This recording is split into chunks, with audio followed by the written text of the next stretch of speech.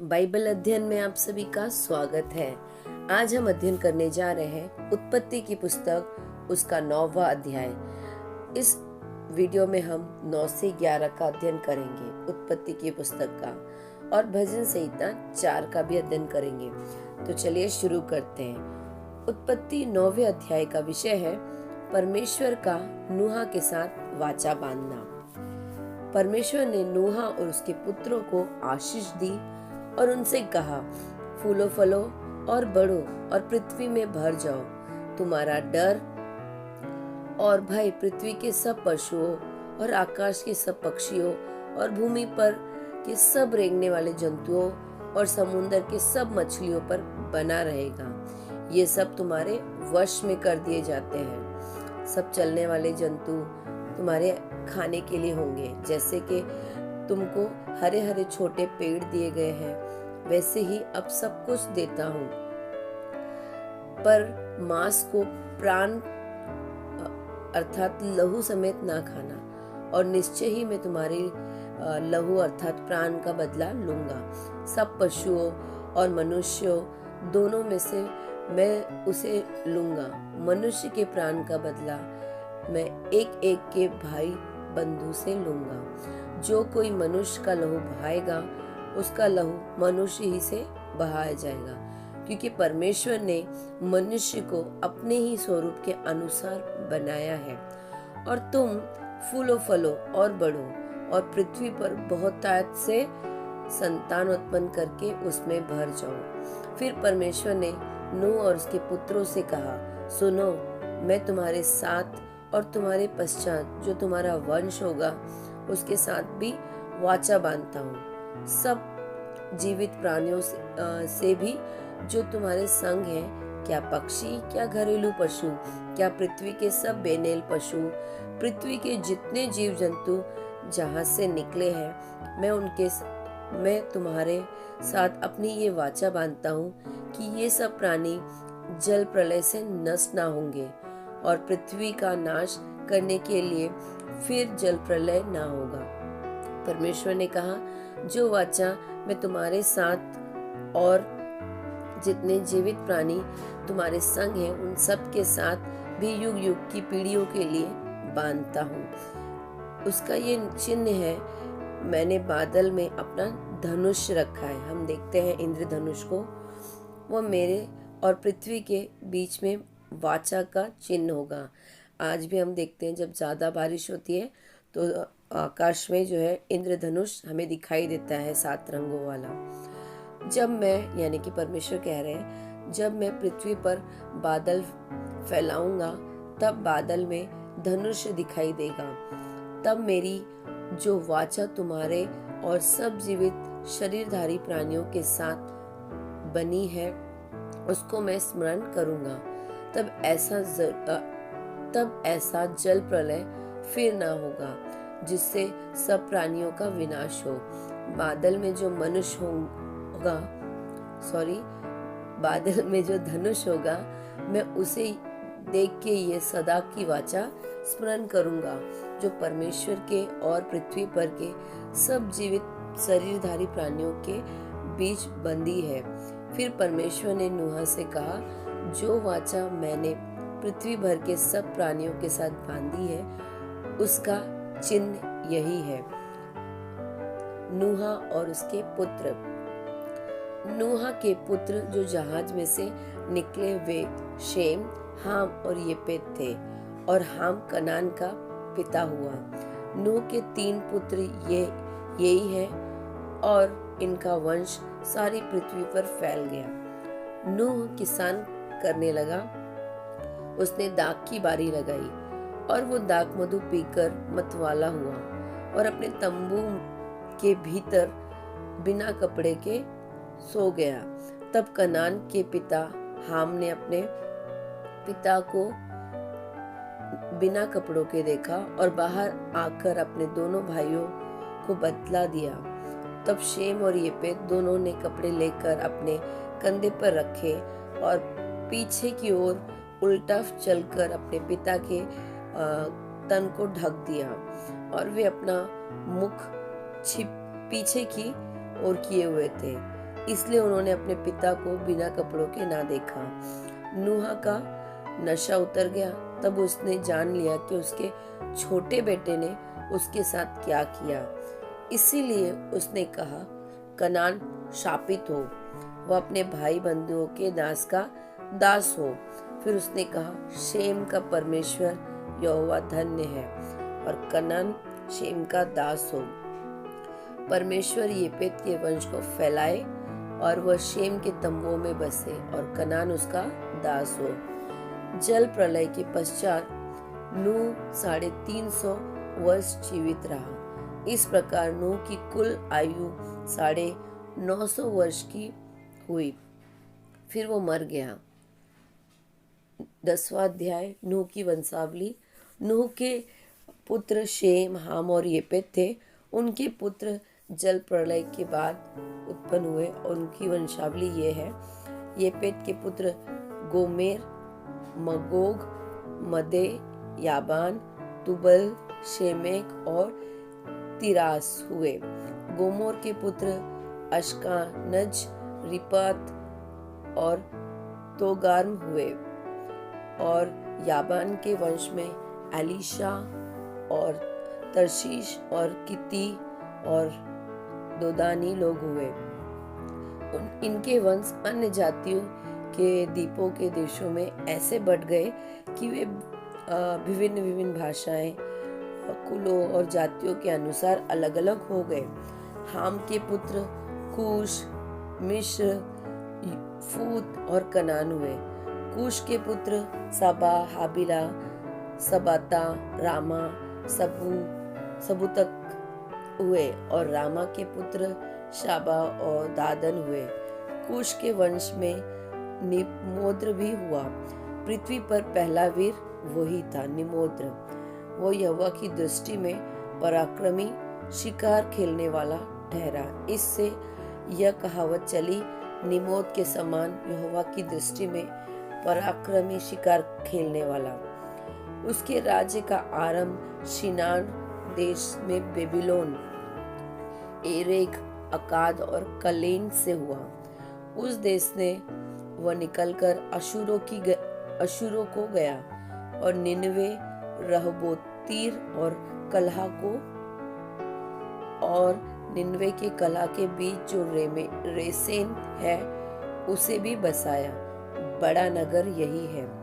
मिस्र के वंश में लूदी, अनामी, लहाबी और नतुही और पत्रूसी, कसूलीही और कतोरी लोग हुए।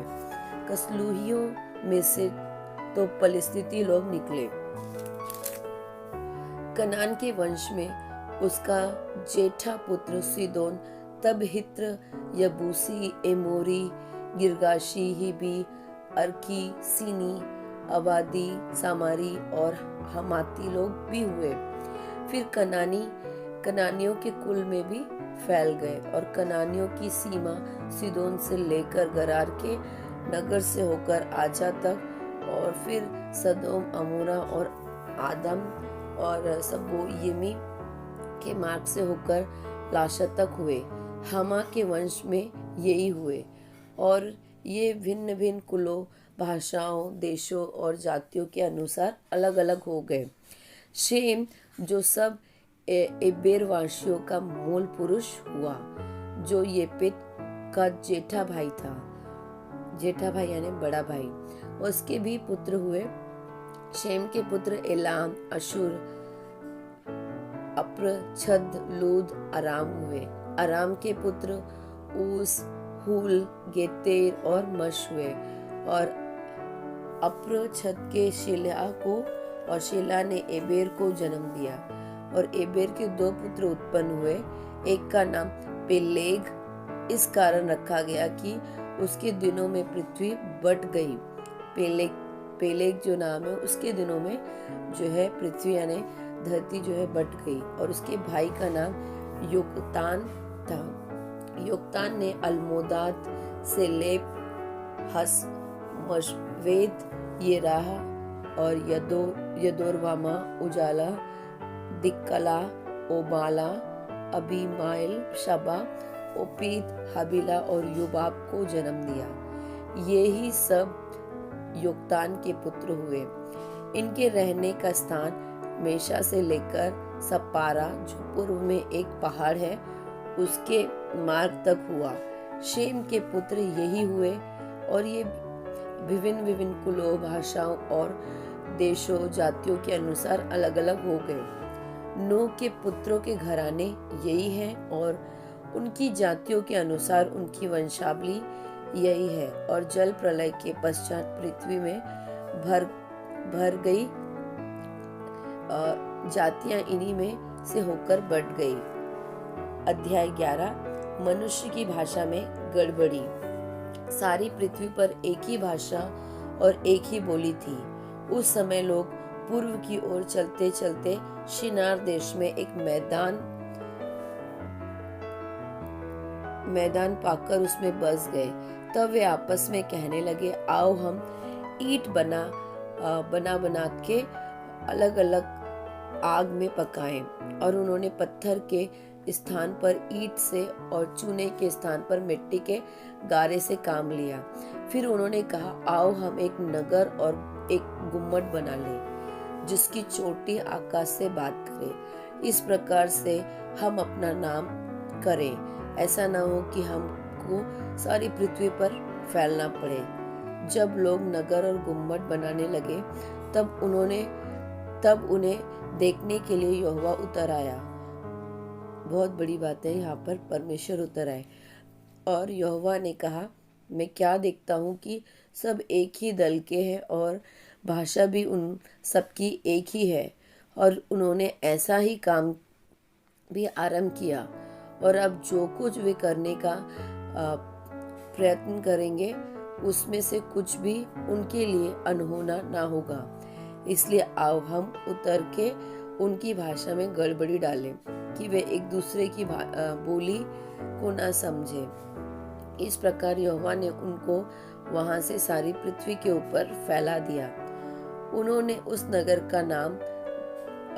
नगर का बनाना छोड़ दिया। इस कारण उस नगर का नाम बेबीलोन पड़ा, क्योंकि पृथ्वी की भाषा में जो गड़बड़ी हुई वो यहोवा ने वहीं डाली। और वहीं से यहोवा ने मनुष्य को सारी पृथ्वी के ऊपर फैला दिया। शेम की वंशावली ये है, जल प्रलय के 2 वर्ष के बाद जब शेम 100 वर्ष का हुआ, तब उससे अप्रछद का जन्म हुआ। और अप्रछद के जन्म के पश्चात शेम 500 वर्ष जीवित रहा और उसके और भी बेटे बेटियां उत्पन्न हुए।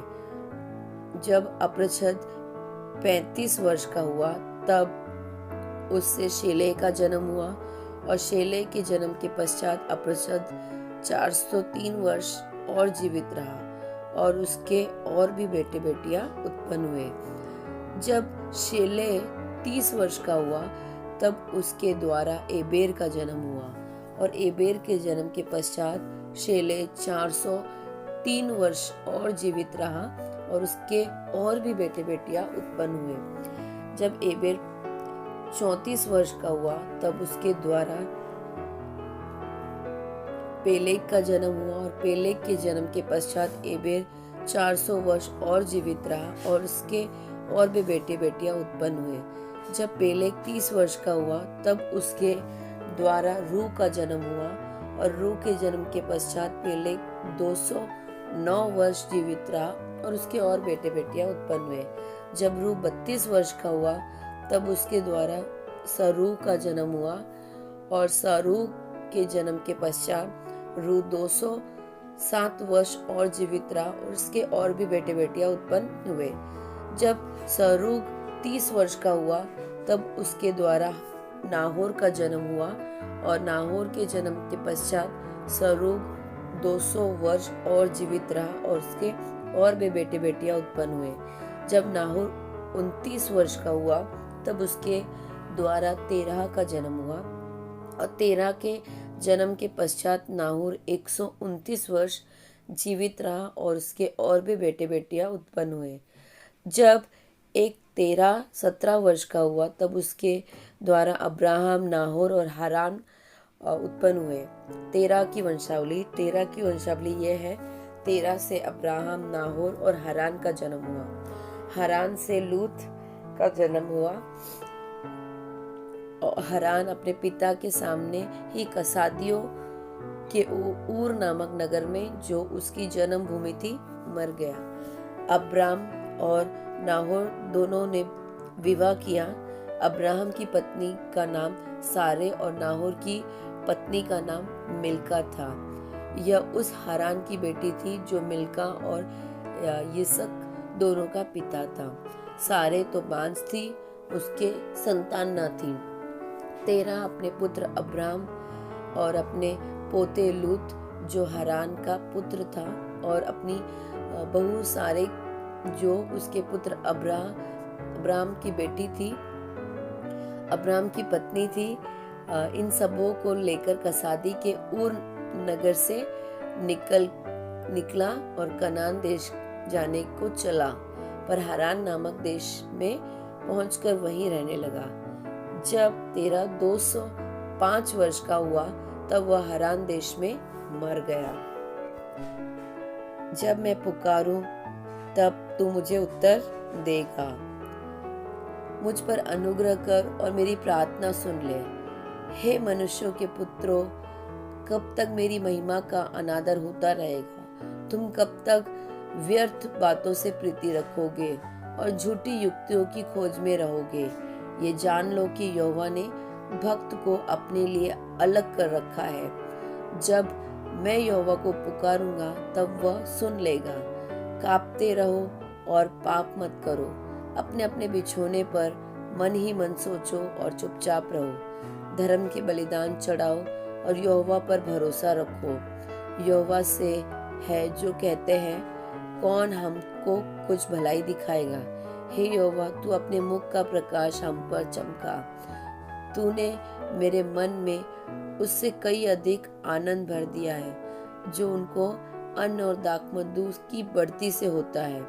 मैं शांति से लेट जाऊंगा और सो जाऊंगा, क्योंकि हे यहोवा, केवल तू ही मुझको एकांत में निश्चय रहने देता है। यहाँ भजन संहिता 4 समाप्त होता है। धन्यवाद।